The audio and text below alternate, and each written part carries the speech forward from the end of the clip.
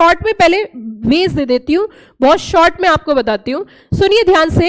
Doctrine का मतलब होता है सिद्धांत। एक होती है आपकी doctrine of ultra vires, ultra का मतलब होता है बियॉन्ड द पावर्स। यहां पे इन्होंने कहा कि कंपनी में अगर कभी भी पावर्स के बाहर जाके कोई काम करोगे तो वो क्या हो जाएगा, वॉइड। अब पावर कहां पे डिफाइन है, that is to be mention in the memorandum of association, तो वो वॉइड हो जाएगा। दूसरी डॉक्ट्रिन है आपकी doctrine of constructive notice. Doctrine of constructive notice का कहना है कि जो आपकी कंपनी है उसके कुछ इंपॉर्टेंट डॉक्यूमेंट्स होते हैं at the time of incorporation of company, that is MOA and AOA.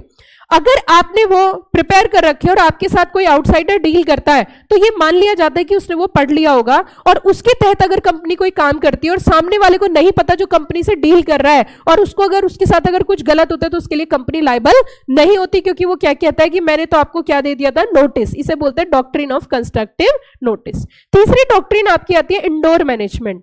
Constructive notice का जस्ट उल्टा है इंडोर मैनेजमेंट। यहां पे अगर आउटसाइडर कंपनी के साथ डील कर रहा है, आउटसाइडर अगर कंपनी के साथ डील कर रहा है तो वो ये मानता है कि जो आपकी इंटरनल रेगुलरिटी है उसका मुझे नहीं पता, उसका सिर्फ आपको पता है, तो आपने पूरी कर ली होगी। और अगर कंपनी ने अपनी इंटरनल रेगुलरिटीज पूरी नहीं करी और उसकी वजह से कुछ गलत होता है तो उसके लिए आउटसाइडर जिम्मेदार नहीं होगा। उसके बाद आती है doctrine of lifting of corporate wheel.